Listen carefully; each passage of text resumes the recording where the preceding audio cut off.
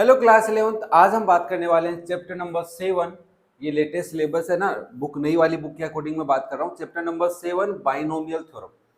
हमने अभी तक परमुटेशन कॉम्बिनेशन तक बाकी चैप्टर्स पढ़ लिए हैं। अगर किसी को कोई डाउट है, अगर उसने वीडियो नहीं देखी है तो डिस्क्रिप्शन में लिंक है, वहां से देख सकता है। और फिर भी अगर कोई डाउट लगे तो कमेंट करके पूछो, है ना। तो चलो बात करते हैं बाइनोमियल थ्योरम की। तो सबसे पहले स्टार्ट करते हैं कि बाइनोमियल थ्योरम क्या है। देखो, हमारे पास एक एक्सप्रेशन होता था जब हम क्लास 10th में पढ़ के आए थे, that is x plus y whole square. पढ़ा है अपन ने। तो इसको हम कैसे सोल्व करते थे? इसको हम सोल्व करते थे x plus y into x plus y. हाँ, ऑब्वियसली आइडेंटिटी बना ली थी हमने, मतलब इसको सोल्व करेंगे तो ये आएगा ना, x square plus y square plus 2xy, ये आता था। हाँ, अब थोड़ा सा इसको मॉडिफाई करके हम ऐसे लिखेंगे, x square plus 2xy plus y square. ठीक है। अब सिमिलरली अगर आप x प्लस वाई का होल क्यूब करेंगे तो क्या करते? देखो सर, हम इसको ऐसे लिखते हैं ना, x plus y into x plus y into x plus y. 3 बार मल्टीप्लाई करना होता। तो एक बच्चे ने दिमाग लगाया, क्यों ना हम इसको ऐसा लिख लें, x प्लस वाई, ये वाला, इन दोनों को बोल सकते हैं x प्लस वाई स्क्वायर, जिसको तुम सोल्व करके आए हो। तो ये थोड़ा सा मैं समझा रहा हूँ, आता मुझे पता है कई बच्चों को आता होगा कि डायरेक्ट आइडेंटिटी है, याद हो गई होगी, बट समझा रहा हूँ कि आया कैसे था। थोड़ा सा टाइम दो यार, चीजों को समझते हैं ना अपन। तो आप इसको क्या लिखेंगे? इसको लिखेंगे x plus y into x plus y whole square. क्या हो जाएगा? X square plus 2xy plus y square होगा, है ना, यही होगा ना, एक्स प्लस वाई का होल स्क्वायर। ठीक है। अब मैं इसको सोल्व कैसे करूंगा? इस x को पहले इस पूरे एक्सप्रेशन से मल्टीप्लाई करेंगे और y को भी इस पूरे एक्सप्रेशन से मल्टीप्लाई करेंगे। तो आप इसको ऐसे लिखेंगे ना, x into x square plus 2xy plus y square plus y into x square plus 2xy plus y square. देखो, बताने को तो हम डायरेक्ट तुम्हें फॉर्मूला बता के काम चला लेते हैं, है ना, बट ये जो कैलकुलेशन में समझा रहा हूँ ये काम आएगी आगे, पूरे चैप्टर में काम आने वाली है। तो इसलिए इस कैलकुलेशन पे थोड़ा सा फोकस करो कि अब ऐसी कैलकुलेशन आती है तो कैसे करना होता है, रिवीजन हो जाएगा तुम्हारा। तो हम इसको एक्स को एक्स स्क्वायर से मल्टीप्लाई करेंगे, एक्स की पावर 3 हो जाएगा, मल्टीप्लाई में पावर सेट हो जाती है। इस एक्स को 2xy से मल्टीप्लाई करोगे तो हो जाएगा 2x स्क्वायर वाई, और इस x को वाई स्क्वायर से मल्टीप्लाई करोगे तो एक्स वाई स्क्वायर। ठीक है। सिमिलरली यहाँ से y को एक्स स्क्वायर से मल्टीप्लाई करोगे एक्स स्क्वायर वाई, y को 2xy से मल्टीप्लाई करोगे तो 2xy स्क्वायर, और y को y क्यूब से मल्टीप्लाई y स्क्वायर से करोगे तो y क्यूब हो जाएगा। ठीक है। अब देखो x क्यूब, फिर ये एक्स स्क्वायर वाई की टर्म है, यहाँ पे भी एक एक्स स्क्वायर वाई की टर्म है, ये 2 टर्म्स हैं, 1 टर्म है, तो हो जाएगा आपका 3x स्क्वायर वाई। फिर ये एक्स वाई की स्क्वायर की टर्म्स है, ये भी एक्स वाई स्क्वायर की टर्म्स है, ये 1 टर्म है, ये 2 है, तो 2 प्लस 1 3 हो जाएगा, तो 3xy स्क्वायर प्लस लास्ट में क्या है, वाई क्यूब। बात पकड़ में आ रही है? कोई दिक्कत नहीं है। देखो हम कैसे लिख रहे थे, फर्स्ट टर्म की cube plus 3 into x square y plus 3 into x y square plus y cube, ऐसा ही लिखते थे। हाँ, ऑब्वियसली हम ब्रैकेट लगा के भी लिखते थे। तो मैं इस पूरी बात को इरेज करके यहाँ पे मैं इसको लिख देता हूँ। क्यों लिख रहे हो सर? मैंने कहा यार अभी बताता हूँ, समझो तो सही। तो हम इसको क्या लिखेंगे? इसको ऐसा लिख देता हूँ, x plus y into x plus y square. तो आंसर क्या आ गया? X cube plus 3x square y plus 3xy square plus y cube. Okay, clear है सबको? ठीक है ना। अब हम बात करते हैं, भाई बाइनोमियल है ये, तो बाइनोमियल की पावर, उसी को हम थ्योरम बोलेंगे। ठीक है ना। कैसे? मैंने कहा बाइनोमियल की पावर, तो फिर एक और नंबर 4 भी तो हो सकती है। तो हमें यहाँ पे जो बाइनोमियल पढ़ेंगे उनकी पावर्स क्या पढ़नी है? बाइनोमियल थ्योरम में पावर्स हमें होल नंबर पढ़नी है। ठीक है ना। तो किसी भी नंबर, सबसे पहले बोलोगे सर देखो x प्लस वाई की पावर 0, वैल्यू आ गई 1, x प्लस वाई की पावर 1, वैल्यू आ गई x प्लस वाई, ये बोलोगे ना। फिर 2 3 4 पे पढ़ते हैं, तो 4 को कैसे करेंगे? देखो सर, 4 का मतलब है ब्रैकेट 4 बार मल्टीप्लाई होगा, तो 3 टाइम तो हमने सोल्व कर रखा है, तो हम यहाँ पे लिख लेते हैं एक्स प्लस वाई का क्यूब। अगर वैसे सोल्व करने गए तो भाई साहब इसी में टाइम लग जाएगा। तो इसको तुम क्या करोगे? मल्टीप्लाई करोगे, जैसे यहाँ पे कर लेते हैं, एक्स प्लस वाई को मल्टीप्लाई करते हैं किसके साथ? इसके साथ, x cube plus 3x square y plus 3xy square plus y cube. क्या बात सही है? ऐसा ही करोगे। ठीक है। फिर वही बात, ये x पहले इस पूरी टर्म से मल्टीप्लाई होगा, ये y इस पूरी टर्म से, कंप्लीट टर्म से मल्टीप्लाई होगा। तो आप इसको क्या लिख सकते हैं? ऐसे लिख सकते हैं, x into x cube plus 3x² plus 3xy² plus y cube plus y into x cube plus 3x² plus 3xy² plus y cube. ठीक है, अब मैं इसको मल्टीप्लाई करता हूँ। तो x को मैंने एक्स क्यूब से किया तो x की पावर कितनी आ गई 4 प्लस x को अगर मैं इससे मल्टीप्लाई करूंगा तो 3x की पावर 3y एक्स क्यूब हो जाएगा। x को अगर हम इससे मल्टीप्लाई करेंगे तो 3x² y² हो जाएगा। फिर x को इससे करेंगे तो xy क्यूब हो जाएगा। पकड़ में आ रही बात? ठीक। सिमिलरली इसको करो भाई, तो ये क्या होगा y(x³ होगा। फिर y को इससे मल्टीप्लाई करोगे तो 3x² y² होगा। फिर y को इससे करोगे तो क्या आएगा 3xy³ आएगा। और फिर y को इससे करोगे तो y की पावर क्या आएगी 4 आएगी। देखो x की पावर 4 है, लास्ट में y की पावर 4। तो इसको मैं अगर सिंप्लीफाई करके यहाँ लिखूँ तो x की पावर 4 आएगी। फिर 4 के बाद x की पावर कम होगी 3 होगी, फिर y की पावर 1 हो गई। देखो 3x³ है और एक यहाँ पे भी मिलेगा x³ ये रहा, आगे पीछे लिखा एक ही बात है ना। इस चीज का मतलब ये भी तो होता है भाई x³ ऐसा एक ही बात है, मल्टीप्लाई में आगे पीछे कर सकते हैं ना, कम्यूटेटिव लॉ लगा सकते हैं। तो इन दोनों को मैं अगर ऐड करूंगा तो क्या हो जाएगा 4x की पावर 3y, आगे वाली टर्म प्लस, देखो x की पावर 3 है तो फिर x की पावर 2 हो गई, y की पावर 2 है तो यहाँ पे भी ये वाली टर्म एक और मिलेगी, ये रही 3 प्लस 3 कितनी हो गई 6, x की पावर 3 x की पावर 2 y की पावर 3, x की पावर 2 y की पावर भी 2। अब क्या होगा x की पावर कम होगी, देख लो x की पावर कम हो गई, y की बढ़ गई, यहाँ पे 2 थी यहाँ पे 3 हो गई। हाँ सर कुछ तो लॉजिक है, कुछ तो पैटर्न ऑब्जर्व करवा रहे हो आप। मैंने कहा ठीक है xy³ है, एक ये रहा xy³ 4 आ गया, तो ये हो गया 4xy³। यहां तक हम सोल्व कर चुके हैं, ये भी ले चुके, ये भी ले चुके, लास्ट में बचा y की पावर 4। अब तुम कहो नहीं, तुम कह दो मुझे, तो तुम कहोगे तो हम एक और सोल्व कर लेते हैं, क्या x प्लस वाई की पावर 5। फिर मैं तुम्हें यहाँ पे कुछ बातें बताऊंगा, ठीक है ना, फिर अपन चैप्टर पे आ जाएंगे। तो मैंने कहा ठीक है भाई x प्लस वाई की पावर 5 सोल्व करना है, तो क्या करूं, बोले सर इसको ऐसे लिखो x प्लस वाई एक ब्रैकेट है और इसको मल्टीप्लाई कर दो x प्लस वाई की पावर 4 से। भाई देखो 5 टाइम मल्टीप्लाई होगा ये ब्रैकेट, तो 1 टाइम अलग 4 टाइम अलग, क्योंकि 4 टाइम का हम सोल्व कर चुके हैं। तो इसका मतलब क्या, मैं इसको ऐसे लिख दूं x प्लस वाई इंटू ये complete value that is x की पावर 4 प्लस 4x की पावर 3y प्लस 6x की पावर 2y की power 2 plus 4xy³ plus y की पावर 4।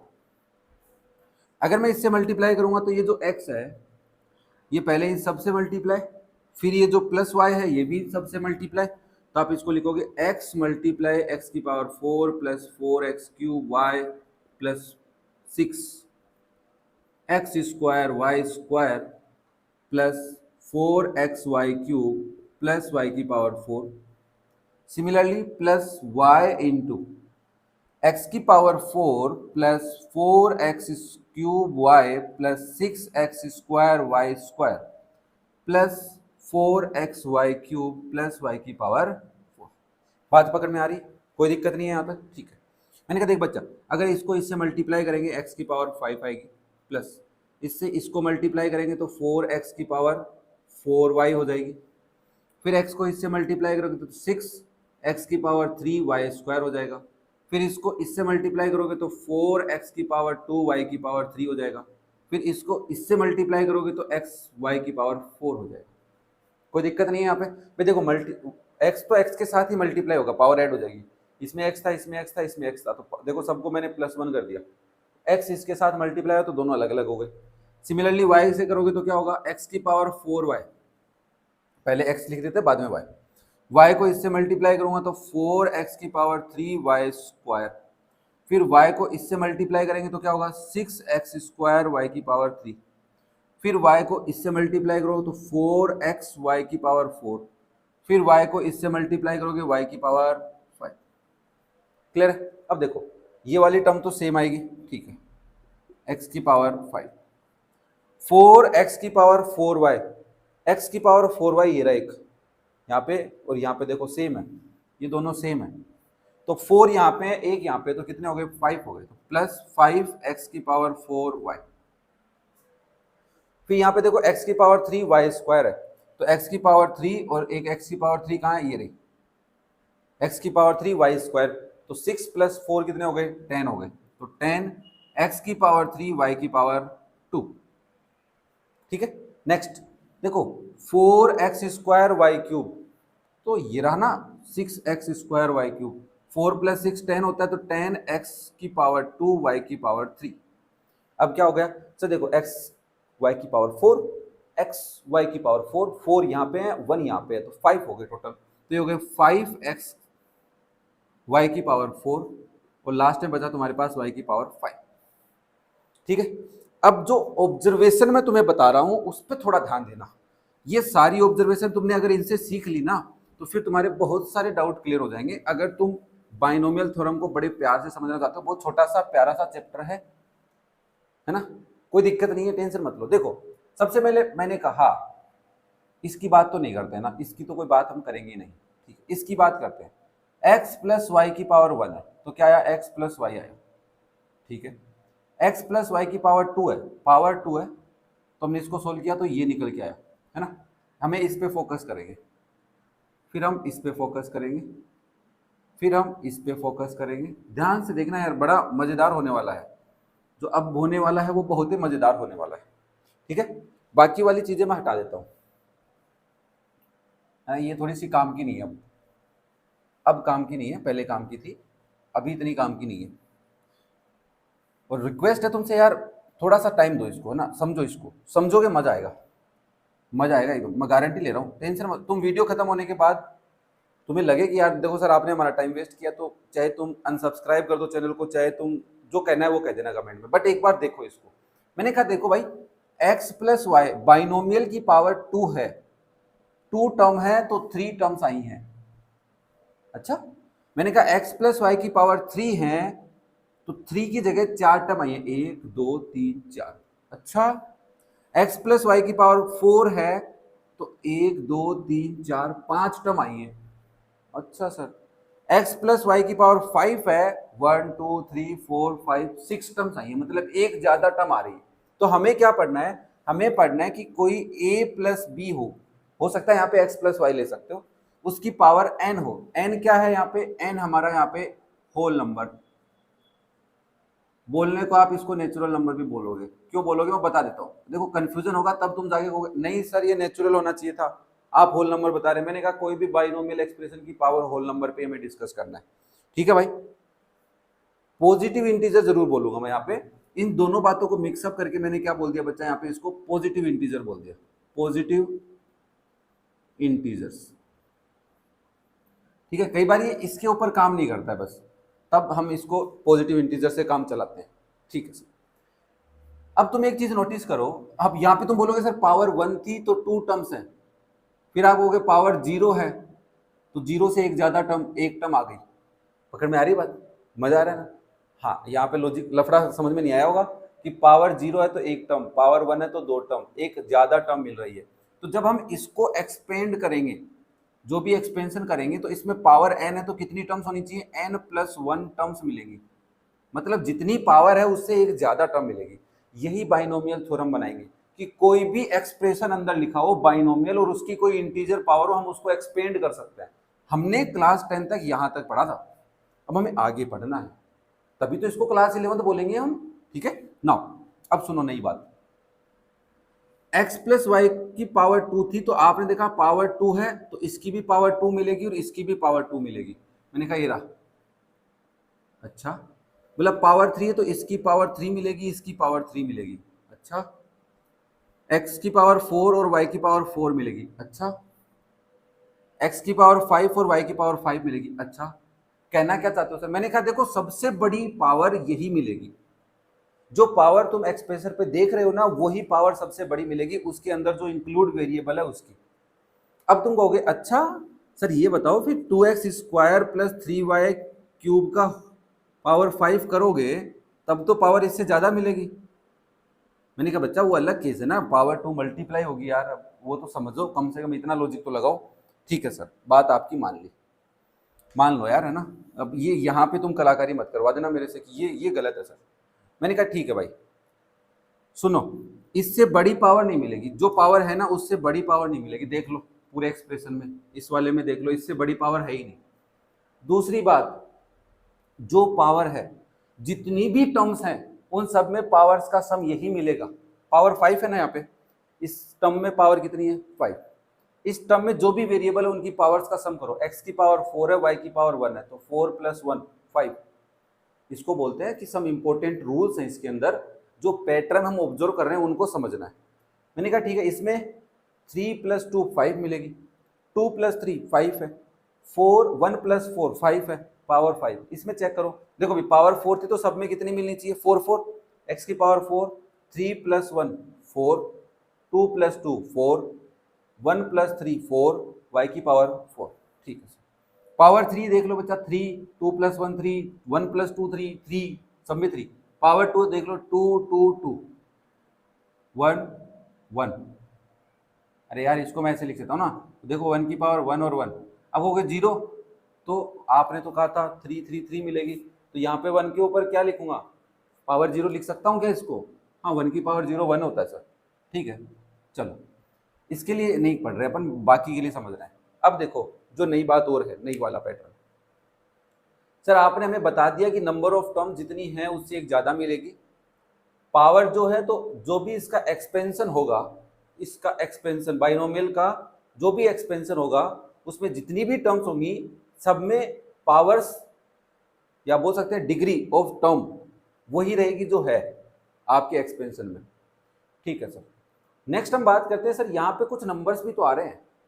भी आपने कहा कि x + y² के अंदर ये 3 टर्म आएंगी, तो इसके अंदर कोफिशिएंट भी तो निकल के आ रहे हैं सभी टर्म्स का, कांस्टेंट। तो यहाँ पे आ रहा है 1 2 और 1, पकड़ में आ रहा है? ठीक है, x + y की पावर 3 की, तो ये आया था, इसमें सभी टर्म्स में जो कोफिशिएंट है वो आ रहे हैं 1 3 3 और 1। ठीक है, पावर 4 थी तो कोफिशिएंट्स आ रहे हैं 1 4 6 4 1। ठीक है, इसमें सर कोफिशिएंट्स आ रहे हैं 1 5 10 10 5 1। अच्छा, ठीक है, ये जो कोफिशिएंट्स हैं इन्हीं को समझना है। ये पास्कल्स ट्राइंगल का कोफिशिएंट्स है, जो हम मैथमेटिशियन की बात करते हैं उन्होंने इसको आइडेंटिफाई किया था और उन्होंने इसको साथ रिलेशन भी दिया है। ठीक है, तो ये पास्कल्स ट्राइंगल्स के कोफिशिएंट्स है ना, पास्कल्स ट्राइंगल से हम इसको रिलेट कर सकते हैं। वैसे बहुत सारे मैथमेटिशियंस हुए, यूक्लिड हुआ, उन सब ने भी ये बातें बताई थी, बट हम पास्कल्स ट्राइंगल से रिलेट करते हैं, उस पर नहीं जाना हमें। बट हमें ये समझना है कि आते कैसे हैं सर, लाएंगे कैसे? आपने ये तो कहा कि देखो ऐसा ऐसा होता है, मैंने कहा अभी पैटर्न समझ रहे हैं ना, घबराओ मत। मैंने कहा देखो कॉम्बिनेशन का उन्होंने यूज में लिया, बोला आपके पास जो पावर है, मैं इसको समझा रहा हूं, ठीक है, बाकी सब समझ लेंगे साथ में क्योंकि बड़ा है तो अच्छे से समझ में आएगा। तो पावर कितनी है 5 है, तो n की वैल्यू ले लो 5 और r की वैल्यू स्टार्ट कर दो 0 से, 0 1 2 3 4 5 6। क्या बात समझ में आ रही है ना? तो आपने कहा देखो फर्स्ट टर्म कैसे आई होगी, फर्स्ट कोफिशिएंट कैसे आया होगा, फर्स्ट कोफिशिएंट आया आपका NC0 से, दैट इज 5C0। कैसे सोल्व करते थे NCR को हम सोल्व करते थे n factorial divide by r factorial n minus r factorial. तो मैं यहाँ पे 5C0 को सोल्व करता हूँ, क्या लिखूंगा 5 factorial divide by 0 factorial into 5 minus 0 factorial. देखो 0 फैक्टोरियल 1 होता है, ठीक है, 5 factorial divide by 1 into 5 minus 0 5 factorial, cut गए, क्या आया आंसर 1। ठीक है, पहला कोफिशिएंट हम ऐसे फाइंड आउट करेंगे। सेकंड कोफिशिएंट कैसे फाइंड आउट करेंगे, सेकंड कोफिशिएंट हम फाइंड आउट करेंगे NC1 से, तो 5C1, तो 5C1 को सोल्व, इसका आंसर क्या आया 1 आया। 5C1 को कैसे सोल्व करेंगे यही कर लेते हैं, समझ में तो आ रहा होगा, ऐसा तो नहीं है अब सब चीजें समझ में नहीं आ रही, पकड़ में आ रही, देखो रिलेशन समझना पड़ेगा, है ना। कोई डाउट हो तो थोड़ा सा रुको।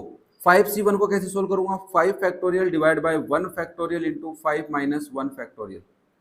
तो देखो 5 फैक्टोरियल तो ऊपर है, 1 फैक्टोरियल का मतलब 1 इंटू 5 माइनस 1 4 फैक्टोरियल, तो इस 5 फैक्टोरियल को मैं 5 इंटू 4 फैक्टोरियल लिख सकता हूँ, डिवाइड में 4 फैक्टोरियल है, कट गए भाई, क्या बचा 5, तो देख लो सेकंड टर्म आ गई 5।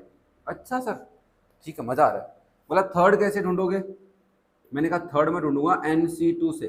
तो देखो यहाँ पे मैं 2 रखूंगा और यहाँ पे भी क्या रखूंगा 2, ये 2 हो गया, ठीक है। 2 फैक्टोरियल कितना होता है, 2 होता है, 2 फैक्टोरियल 2 इंटू 1 2 तो होगा, 5 माइनस 2 कितना हो गया 3। तो मुझे इसको कितना एक्सपेंड करना पड़ेगा, इसको मुझे एक्सपेंड करना पड़ेगा 2 इंटू 3 फैक्टोरियल के अकॉर्डिंग, 4 इंटू 3 फैक्टोरियल तक। ये कट गया, 2 से ये कटा, कितने टाइम 2 टाइम, 5 टू जा 10। बात समझ में आई? ठीक है सर, समझ में आ गई। तो 5C2 कितना हो गया 10, तो यहाँ से देखो थर्ड टर्म क्या आई 5C2 10। 5C3 कितना होगा, 5C3 को हम 5C2 लिख सकते हैं, क्योंकि एक रूल था NCR equals to NCN minus R, ये रूल था, एक रूल है ना अपने पास, देख लो यार, तुम चेक कर, तुम खुद, मैं डरो मत, मैं बताता हूँ। देखो बच्चा 5C3 कैलकुलेट करना है, तो क्या लिखोगे 5 factorial divide by 3 factorial into 5 minus 3 factorial, हाँ या ना बोलो, लिखोगे, ठीक है। मैंने कहा देख सोल्व, अब अगर मैं 5C2 को लिखूं तो क्या लिखता हूँ 5 factorial divide by 2 factorial into 5 minus 2 factorial, यही लिखूंगा, ठीक है। थोड़ा सा आगे आओ, इसको देखो क्या लिखोगे 5 factorial divide by 3 factorial into 2 factorial, क्योंकि 5 माइनस 3 कितना होता है 2, इसको सॉल्व करो, क्या लिखोगे 5 factorial divide by 2 factorial into 5 minus 2 3 factorial. देखो सेम है क्या, हाँ सर सेम है, तो इसका मतलब NCR को हम NCN माइनस R भी लिख सकते हैं, छोटा करने के लिए, कैलकुलेशन कम करने के लिए। 5C4 आएगा तो 5C1 लिख सकते हो उसको, ठीक है। तो इसकी वैल्यू भी कितनी आ गई 10। मैंने कहा 5C4 कैसे कैलकुलेट करूंगा, बोला 5C1 लिख दो, 5 में से 4 को माइनस करके 1 लिख दो, तो 5C1 कितना आया था 5, तो ये कितना आ गया 5। तो रिपीट होने का मतलब समझे, देखो 1 5 10 10 5 1 1 4 6 6 के बाद में 4 1 1 3 3 1 1 2 फिर वापस 1, यही तो पास्कल्स ट्राइंगल था। और तो फिर मैंने कहा 5 को कैसे लिखोगे, बोला 5C0, और 5C0 कितना था 1। ये याद रखना, ये बहुत काम आता है कॉम्बिनेशन के, अगर तुमने चैप्टर्स को पढ़ा, एक्सरसाइज सोल्व की, तो ये काम आएगा तुम्हारे को, ठीक है। तो इसका मतलब ये कोफिशिएंट्स हम ऐसे ढूंढेंगे। तो सर कहना क्या चाहते हो, मैंने कहा वही तो समझा रहा हूँ, मैं कहना क्या चाहता हूँ, मैं इन सारी चीज़ों को इरेज कर रहा हूँ। अब हम बात करते हैं हम जो कहना चाहते हैं उस पर, कि हम कहना क्या चाहते हैं, वो चीज़ फोकस करते हैं कि ये बात आपने समझा दी, ठीक है, पैटर्न हम समझ रहे हैं, ठीक है। नेक्स्ट पैटर्न देखो, कोफिशिएंट्स का पैटर्न समझा, नेक्स्ट पैटर्न में हमें क्या कर रहा है, एक्स और वाई दो टर्म्स है आपके पास, तो पहले एक्स की पावर 5 लिखो, y की पावर कुछ नहीं है तो y की पावर 0, तो इसको मैं थोड़ा सा ऐसे लिख दूं, x की पावर 5 y की पावर 0। अगली वाली टर्म में क्या है 5 x की पावर 4 y की पावर 1 लिख रहा हूं। इस वाले को क्या लिख रहा हूं मैं 10 x की पावर 2 3 y की पावर 2 ही रहने दे रहा हूं, प्लस इसको भी ऐसे 10 x की पावर 2 y की पावर 3 प्लस 5 x की पावर 1 y की पावर 4। देखो थोड़ा सा चेंज किया मैंने, x था उसको x की पावर 1 लिख दिया बस, y की पावर 5। तो बोला देखो जब आप इधर से जा रहे हो तो पहली जो टर्म है आपके अंदर उसकी पावर जो थी वो है, नेक्स्ट टर्म में एक कम, उससे नेक्स्ट टर्म में एक कम, उससे नेक्स्ट टर्म में कम, उससे नेक्स्ट टर्म में कम, और लास्ट में कम करोगे तो 0 आएगी। और बोला y की पावर 0 से स्टार्ट कर दो, y की पावर 0, y की पावर 1, y की पावर 2, y की पावर 3, y की पावर 4, y की पावर 5। हमने कहा इस पैटर्न को ऑब्जर्व करके हम एक काम करते हैं, हमें ना x की पावर x प्लस वाई की पावर 7 को लिख के देखते हैं। बोला क्या लिखेंगे, बोला पहली, बोला उसने x की पावर 7 लिख दो, y की पावर 0, ठीक है। दूसरी टर्म में क्या करना है, बोला x की पावर कम कर दो 6 हो जाएगी, और y की पावर बढ़ा दो 1 हो जाएगी, ठीक है। फिर x की पावर और कम कर दो 5, y की पावर इससे एक आगे 2, ठीक है। फिर बोला x की पावर और कम करो तो ये हो गई 4, y की पावर कितनी हो गई 3, बोला और कम करो तो x की पावर 3, y की पावर 4, भाई x की पावर कम करते जाओ y की पावर बढ़ाते जाओ। फिर बोला x की पावर और कम करो y की पावर बढ़ाते जाओ, ठीक है। फिर बोला और कम करो 1, y की पावर 6, लास्ट में x की पावर 0 y की पावर 7।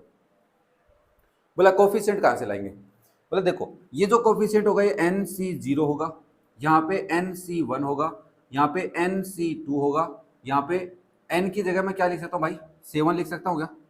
हाँ सर लिख सकते हो। तो मैंने कहा 7C0, 7C1, 7C2, 7C3, 7C4, 7C5, 7C6, 7C7 plus कर दो सबको। ये आपका एक्सपेंशन आ गया किसका? x प्लस वाई की पावर 7। इसी एक्सपेंशन को उसने इस नॉर्मल जनरल फॉर्म बना दी, थ्योरम बना दी, बाइनोमियल थ्योरम। क्या बनाई? मैं बाकी सारी चीजें अरेंज कर रहा हूँ। हाँ ये तुम कहोगे सर इसको सोल्व करके दिखाओ, कर लेते हैं, सोल्व करेंगे यार, टेंशन क्यों ले रहे हो? बात समझ में आई नहीं आई वो बताओ कमेंट करके, ठीक है? ये वाली जो पूरी सीरीज हमारी चल रही है, ये सीरीज बस तुम्हारे दिमाग को थोड़ा सा खोलने के लिए चल रही है। इस तरीके से पढ़ाया जा रहा है कि बच्चे को 11th क्लास पहली बार देख रहा है तो उसको क्या क्या किस हिसाब से आना चाहिए। देखो इतनी बात तो तुम्हें कम से कम आनी चाहिए, कम से कम इतनी तो कम से कम आएगी तो मजा आएगा, ठीक है? तुम्हें मजा आएगा पढ़ते वक्त और तुम्हें बोरिंग नहीं लगेगी मैथ कि मुझे नहीं आती। और भी टर्म्स है, मैं नहीं कह रहा यही है 11th क्लास की मैथ ना, ये बिल्कुल नहीं है। मैंने बहुत सी बातें नहीं बताई, जब जरूरत होती है तभी बताता हूँ, ठीक है? जैसे ये वाली बात मैंने मेरे वीडियो में नहीं बताई क्योंकि मुझे लगा यार बच्चों को इतना डीपली जाएंगे तो फिर वो वैसे परेशान हो जाएंगे। RD शर्मा में जा रहे हैं अपन डीपली, पता नहीं है क्या तुम्हें? डिस्क्रिप्शन में लिंक है चैनल का, वहां पे देखो। तो हमने कहा भाई x प्लस वाई की पावर n हो तो इसको कैसे एक्सपेंड करेंगे? बोला NC0 x की पावर n जो है वही और y की पावर 0, ठीक है? हाँ नहीं लिखेंगे तो नहीं लिखो, मत लिखो। प्लस NC1, देखो नीचे वाला नंबर बढ़ता जा रहा है, x की पावर n में से एक कम कर दो और y की पावर 1 कर दो।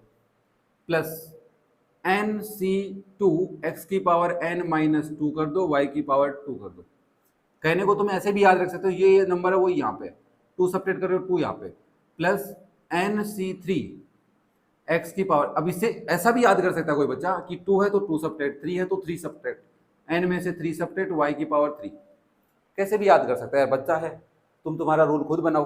प्लस ऐसे चलते जाएंगे और लास्ट में क्या आएगा? लास्ट में आएगा NCN, देखो 7C0, 7C1, यहाँ पे प्लस लगाना भूल गए, 7C2, 7C3, 7C4, 7C5, 7C6, 7C7, last में NCN हो गया। और x की पावर को सब्ट्रैक्ट किया है? नहीं किया, मतलब n है ना, तो n में से n को सब्ट्रैक्ट कर दो और y की पावर क्या रख दो? जो है वही n रख दो। तो इस बात को मैं x की पावर 0 भी तो बोल सकता हूँ, सेम नंबर में से सेम सब्ट्रैक्ट करना और y की पावर n।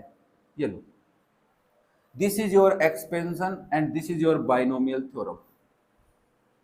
अब मुझे बताओ इसमें कितनी टर्म्स है? टर्म्स क्या मतलब सर? n टर्म्स है ना, n है, तो इसमें कितनी टर्म्स होंगी? How many number of terms? n terms, n plus 1 terms. एक ज्यादा मिलेगी सर, देख लो भाई 7 पावर है तो 1 2 3 4 5 6 7 8 टर्म्स है, तो n प्लस 1 टर्म्स मिलेंगी। वहां से हम वो बोल सकता हूँ कि NC0, NC1, NC2 ये सब कहां तक? NCN तक आर कोफिशिएंट्स। ये क्या है? कोफिशिएंट्स है, कोफिशिएंट्स ऑफ ईच टर्म। दूसरी बात और सर देखो इसमें पावर्स का सम देखो, n प्लस 0 n है, इसमें पावर्स का सम देखो n माइनस 1 में प्लस 1 करेंगे तो क्या आएगा? n आएगा। इसमें पावर्स का सम देखो n माइनस 2 प्लस 2 करोगे n आएगा। तो मैंने यही तो कहा था कि सभी टर्म्स में पावर्स का सम, वेरिएबल्स की पावर्स का सम कितना होगा? सेम रहेगा जो है, देख लो। अब तुम ये बात, कई बच्चे कहेंगे ये पढ़ने से क्या होगा सर, ये बात क्यों बता रहे हो? मैंने कहा भाई तू एक्सपेंशन कर रहा है तो तू क्रॉस चेक कर सकता है। कोई बड़ा सा क्वेश्चन है और पहली लाइन में गलती हो जाएगी तो फिर बाकी क्वेश्चन तो गलत है, तो इसको क्रॉस चेक ऐसे कर सकता है कि पावर्स का सम देख लेता हूँ यार सब में सेम आ रहा है कि नहीं आ रहा, ठीक है ना? ये वाली बात भी समझ में आ गई, ठीक है? अब इसमें क्या किया, अब पहले मैं तुम्हें सोल्व करके दिखा देता हूँ यार, तुम बड़े टेंशन में हो जाते हो। 7C0 कितना होगा? 7 factorial divide by 0 factorial into 7 minus 0 factorial, that is 1। तो इसका मतलब है कि 7C7 को मैं 7C0 लिख सकता हूं, दैट इज ऑल्सो 1। इतनी बात तो समझ में आ गई होगी। NCN n c r equal to n c n minus r के इक्वल। ठीक है, मैंने कहा 7c2 कितना होता है, बोला 7 factorial divide by 2 factorial 7 minus 2 factorial, तो ये हो जाएगा 7 into 6 into 5 factorial divide by 2 into 5 factorial, 2 से कैंसिल 3 टाइम, 7 3 जा 21, और 7c2 को मैं 7c5 बोल सकता हूँ, है ना, देख लो उल्टा बोल दो, 7c5 को 7c2 बोल सकते हो। तो यहाँ से भी आंसर कितना आया 21, ज्यादा सोल्व नहीं करने पड़ते। ठीक है, 7c3 की बात करोगे तो क्या होगा 7 factorial divide by 3 factorial 7 minus 3 factorial, तो ये हो जाएगा 7 into 6 into 5 into 4 factorial divide by 3 into 2 into, देखो 3 फैक्टोरियल को 3 इंटू 2 लिख रहा हूँ मैं, और 7 माइनस 3 को 4 फैक्टोरियल, 6 से 6 कैंसिल, 6 7 5 जा 35, तो 7c3 को मैं 7c3 को 7c4 बोल सकता हूँ, तो इसकी वैल्यू भी कितनी होगी 35। ठीक है, 4 तक पहुंच गए, 5 कर ही लिया, 6 रह गया क्या, 4 आ गया, 4 नहीं आया ना, हाँ सॉरी 4 आ गया, 5 आ गया, 6 बच गया बस। 7c1 ही कैलकुलेट नहीं किया तो 6 तो बचना ही था यार। 7c1 7 factorial divide by 1 factorial 7 minus 1 factorial 7 factorial 1 into 6 factorial, तो आंसर आ गया 7। तो इसका मतलब तुम 7c1 को 7c6 बोल सकते हो, दैट इज ऑल्सो 7। तो यहाँ पे क्या लिखोगे 1 7 21 फिर 35 आएगा ना, 7c3 हाँ 35, फिर वापस से डिक्रीज होगा 7c4 35 रिपीट हो गया, फिर कम हो जाएगा 21 7 और 1। ठीक है, अब तुम एक पैटर्न छोटा सा ऑब्जर्व कर सकते हो, अगर तुम्हें पता नहीं हो तो मैं बता देता हूं। अगर हमने पावर 5 देखी थी तो भी 10 रिपीट हुआ था, पावर 4 देखी थी तब रिपीट नहीं हुआ था नंबर। तो यहाँ पे देखो एक बात याद रखना, ओड नंबर होती है तो 2 बार टर्म्स कोफिशिएंट्स रिपीट होते हैं। ठीक है, तो उससे तुम्हारे को थोड़ा दिमाग में क्लियरिटी रहेगी, ये बात लिख सकते हो कहीं पे। तो मैंने तुम्हें बेसिक बातें सारी बता दी इस चैप्टर की, अब कुछ छोटी छोटी बातें और बची वो हम और डिस्कस कर लेते हैं। नेक्स्ट बात जो बतानी थी वो ये थी बच्चा कि कहीं पे आपको दिख जाए x माइनस वाई की पावर n, सर आपने तो प्लस में बताया है, माइनस में तो आपने बताया ही नहीं। मैंने कहा हाँ, तो इसको आप ऐसा लिख सकते हो x plus minus y whole to the power n। तो बस अपने फॉर्मूले में यही पुट करो, कैसे, वैसे देखो आपने कहा था एन सी 0 होगा, मैंने कहा ठीक है, x की पावर कितनी होगी n होगी, माइनस वाई की पावर कितनी होगी 0 होगी। तो ये जो पावर है ये तो सबट्रैक्ट हो रही है इसमें से, ठीक है, प्लस एन सी 1 होगी, x की power n minus 1 minus y की पावर 1, पकड़ में आ रही बात, ठीक है, प्लस एन सी 2 एक्स की power n minus 2 minus y की पावर 2, प्लस ऐसे करते करते लास्ट में क्या आएगा एन सी एन एक्स की पावर 0 और माइनस वाई की पावर n। ठीक है, अब देखो इसको मैं सोल्व कर रहा हूं, तो मुझे बताओ माइनस वाई की पावर 0 है तो क्या आंसर आएगा 1 आएगा, तो आप लिखोगे एन सी 0 एक्स की पावर n। यहाँ पे आओ, माइनस 1 की माइनस वाई की पावर 1 है तो माइनस वाई आएगा, इस माइनस से ये प्लस का साइन किसका हो जाएगा माइनस का, क्योंकि ये तो प्लस का ही है, एक्स तो प्लस का ही है, तो क्या आएगा माइनस एन सी 1 एक्स की पावर n माइनस 1 वाई। ठीक है, यहाँ पे देखो माइनस वाई की पावर क्या है 2 है, तो आप क्या लिखोगे स्क्वायर प्लस में हो जाएगा, तो ये नंबर आएगा प्लस का एन सी 2 एक्स की पावर n माइनस 2 वाई की पावर 2, फिर वापस आएगा माइनस एन सी 3 एक्स की पावर n माइनस 3 वाई की पावर 3। ऐसे करते करते लास्ट वाली टर्म हमें नहीं पता, क्यों नहीं पता, कोई रीजन बता सकता है मेरे को, क्यों नहीं पता मुझे, मैं इसको ऐसा ही लिख सकता हूँ, क्यों नहीं पता, क्योंकि डिपेंड करेगा ना सर एन क्या है, एन अगर ओड है तब तो यहाँ पे माइनस आएगा, और अगर एन इवन है तब यहाँ पे प्लस आएगा, तो वो आप पे डिपेंड है। तो आप एक बात नोटिस कर पा रहे हो कि सर देखो यहाँ पे एक्स की पावर क्या है, कुछ नहीं है तो प्लस, कुछ नहीं है तो मतलब 0 थी, तो 0 पे तो पावर प्लस ही टर्म रहेगी। अब कैसे याद रखूं उस पर ध्यान दो, मैंने कहा y की पावर क्या है, यहाँ पे ओड है नेगेटिव टर्म, इवन है पॉजिटिव टर्म, ओड है नेगेटिव टर्म, इवन आएगी पॉजिटिव, ओड आएगी नेगेटिव, ऐसे याद रख सकते हो। तो ये आपको एक एक्सपेंशन याद रखना है। अब उसने क्या कहा है कि अगर ऐसा हो जाए 1 प्लस एक्स की पावर n हो जाए, कि एक टर्म 1 हो जाए, भाई ये कभी कभी ऐसा लिखा हुआ भी तो मिल सकता है, x प्लस 1 की पावर n, तो इसको तुम ऐसा लिख लेना। इसका एक्सपेंशन कैसे होगा, हमने कहा इसका एक्सपेंशन तो हम अभी कर देते हैं, इसको इरेज कर दो, ठीक है, फिर ऊपर करते हैं, आराम से समझेंगे।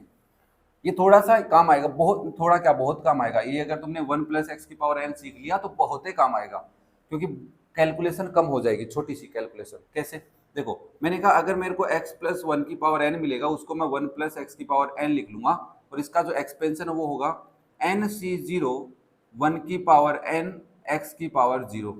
पहले वाली टर्म की पावर 1 n रहेगी और दूसरे वाले की 0 सब्ट्रैक्ट होगी। अरे ऐसे लिख लो भाई, ऐसे, ठीक है ना।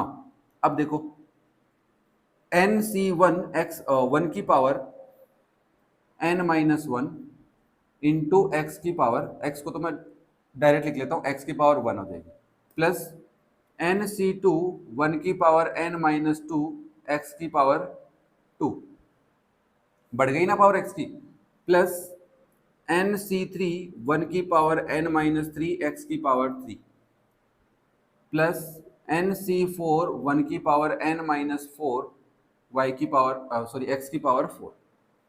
पकड़ में आ रही है बात, ठीक है। प्लस लास्ट में क्या आएगा, NCN 1 होता है, तो ये भी 1 होता है, ठीक है। तो x 1 की पावर 0 हो जाएगी और y की x की पावर कितनी हो जाएगी, n हो जाएगी।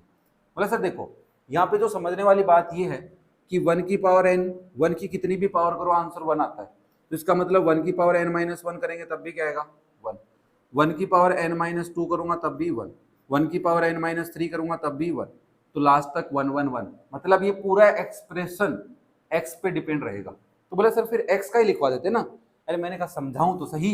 तो बोला इसका आंसर क्या आया, बोला इसका आंसर आया nc0 x की पावर 0, मतलब ये तो आएगा ही नहीं, x की पावर 0 भी 1 होता है, प्लस लिख लेना यहाँ पे कि 1 की पावर n इक्वल्स टू 1 की power n minus 1 equals to 1 की power n minus 2, all the terms are equals to 1 and x की power 0 is also 1। nc1x plus nc2x square plus nc3x की पावर 3 प्लस nc4x की power 4, ऐसे last में चलते चलते ncnx की power n हो जाएगी। अब यहाँ पे मेन बात जो है, जो तुम प्रॉब्लम या फिर बोल सकता हो जो गलती करोगे वो समझो, तुम्हें ये याद रहेगा x की पावर 1 2 3 है ना, पर तुम क्या करोगे, ये वाली टर्म भूल जाओगे बस। मुझे नहीं पता कैसे भूल जाते हो तुम लोग, बट तुम याद आता है 1 से स्टार्ट कर दिया, पावर 1 मतलब 0 से भी स्टार्ट कर देते कई बार बच्चे, बट पावर 1 स्टार्ट कर देते 1 2 3 4 5 ऐसे। तो ये गलती दिमाग में फिट करके रखो कि हम ये गलती नहीं करेंगे सर, हम ये गलती नहीं करने वाले हैं, ठीक है, ध्यान रखना इस चीज को ना।